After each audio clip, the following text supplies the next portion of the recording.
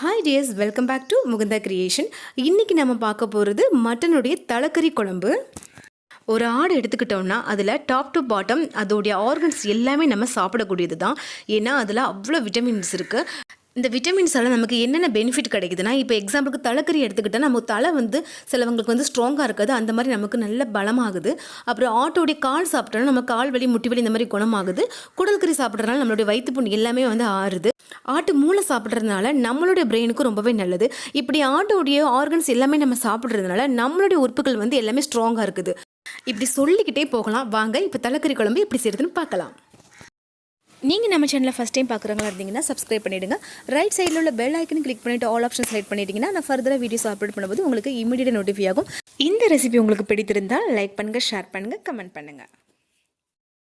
கடாயை சூடு பண்ணிவிட்டு அதில் கொஞ்சமாக நம்ம ஆயில் ஊற்றிக்கலாம். ஆயில் சூடானதும் இங்கே நான் வெங்காயம் சேர்த்துருக்கேன். சின்ன வெங்காயமும் பெரிய வெங்காயமும் சேர்த்து ஒரு 2 கைப்பிடி அளவு இருக்குது. அதை ஆட் பண்ணி இந்த மாதிரி நம்ம வதக்கிக்கலாம். அது கூடவே ஃப்ளேவருக்காக ஒரே ஒரு பச்சை மிளகாய் ஸ்ப்ளிட் பண்ணியிருக்கேன். அதே இதில் ஆட் பண்ணிவிட்டு அந்த வெங்காயத்தை நல்லாவே கோல்டன் ஃப்ரை ஆக்குற மாதிரி நல்ல பொன் வறுவலாக வறுத்துக்கலாம். அந்த அளவுக்கு வதங்கின பிறகு இதில் இஞ்சி பூண்டு பேஸ்ட்டு ஒரு 1.5 2 டீஸ்பூன் அளவுக்கு நான் சேர்த்துருக்கேன். இதையும் நல்லா மிக்ஸ் பண்ணி விட்டு அதோடைய ரா ஸ்மெல் போகிற அளவுக்கு நம்ம வதக்கிக்கணும். இந்த ஸ்டேஜில் நம்ம 2 மீடியம் சைஸ் தக்காளி கட் பண்ணி வச்சுருக்கோம். அதை இதில் ஆட் பண்ணிவிட்டு தக்காளியும் வெங்காயம் நல்ல மெர்ஜாகிற வரைக்கும் நல்லா மசிய விடணும். இப்போ நல்ல தக்காளி மசிஞ்சிட்டு இந்த டைமில் மல்லித்தூள், அதாவது தனியாத்தூள் ஒரு 4 5 டீஸ்பூன் சேர்த்துக்கலாம்.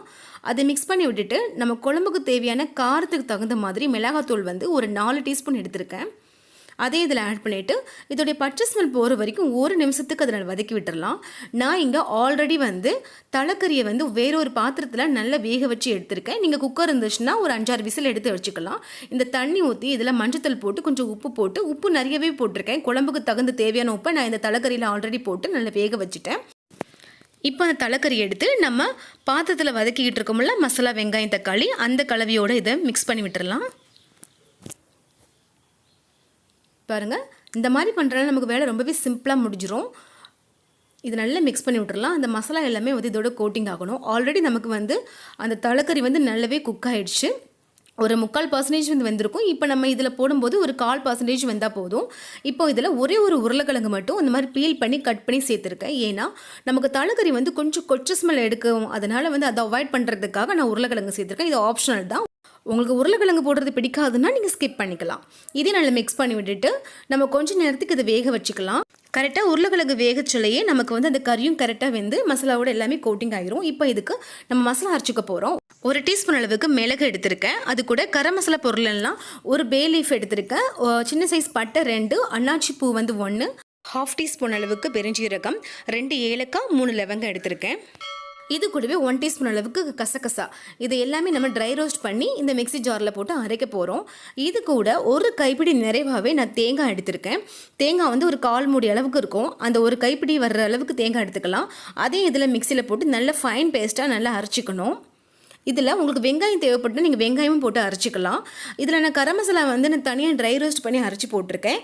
நீங்கள் கரம் மசாலா பவுடர் தனியாக வச்சுக்கிட்டிங்கன்னா நீங்கள் ஆல்ரெடி வெங்காயம் தக்காளி வதக்கும் போதே அதில் 1/2 டீஸ்பூன்லேருந்து 1 டீஸ்பூன் அளவுக்கு நீங்கள் போட்டுக்கலாம். இப்போது நல்லா கொதிக்குது. நல்லா நமக்கு அந்த குக் ஆகிறது அழகாகவே தெரியுது. இந்த ஸ்டேஜில் நம்ம தேங்காய் விழுத அரைச்சி வச்சுருக்கோம்ல, தேங்காய் பேஸ்ட்டு இதில் போட்டு நல்லா மிக்ஸ் பண்ணி விட்டுடலாம். இப்போ நம்ம மூடி போட்டு நம்ம கொஞ்சம் நேரத்துக்கு நல்லா வேக வச்சுக்கலாம். இப்போ பாருங்கள், நம்ம ஓப்பன் பண்ணோடனே வாசம் அப்படி ஒரு செம்மையாக கமக்குதுங்க. அவ்வளோ ஒரு தலைக்கறி வாசம் செம்மையாக இருக்குது. கண்டிப்பாக நீங்களும் இந்த மாதிரி செஞ்சு பாருங்கள். இது ரொம்பவே நல்லா இருக்கும். இதில் கரம் மசாலா பவுடருக்கு பதிலாக நான் சொன்ன மாதிரியே நீங்கள் தனியாக ட்ரை ரோஸ்ட் பண்ணி போட்டிங்கன்னா அதோடைய ஃப்ளேவர் வாசம் இன்னும் டேஸ்ட் எடுத்து கொடுக்கும். அப்படி ஒரு பிரமாதமான ஒரு வாசமாக இருக்குது. இந்த ஸ்டேஜில் நம்ம கொத்தமல்லி இலை தூவிக்கலாம். கொத்தமல்லி இலை தூவின பிறகு ஒரு 2 நிமிஷத்துக்கு அதை மிக்ஸ் பண்ணி விட்டுட்டு நம்ம ஸ்டவ் ஆஃப் பண்ணிடலாம்.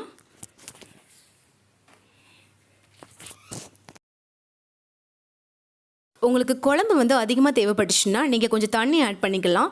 நெக்ஸ்ட்டு அது கூடவே மிளகாத்தூளும் மல்லித்தூளும் ஒரு டீஸ்பூன் எக்ஸ்ட்ரா போட்டிங்கன்னா, தேங்காய் பேஸ்ட்டும் கொஞ்சம் எக்ஸ்ட்ரா போட்டு இந்த மாதிரி மிக்ஸ் பண்ணி விட்டிங்கன்னா உங்களுக்கு கிரேவி நிறையவே வரும்.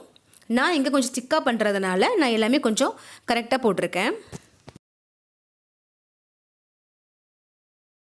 இப்போ எனக்கு கன்சிஸ்டன்சி கரெக்டாக வந்துட்டு இந்த ஸ்டேஜில் நான் ஸ்டவ் ஆஃப் பண்ணிவிட்டு நம்ம சர்வ் பண்ண ஆரம்பிச்சிடலாம். பாருங்கள் ரொம்பவே அழகாக எல்லாமே குக்காக இருக்குது. பார்க்குறதுக்கே அவ்வளோ அழகாக இருக்குது. அவ்வளோதாங்க, தலைக்கறி குழம்பு ரொம்பவே ஃபாஸ்ட்டாக பண்ணிட்டோம்.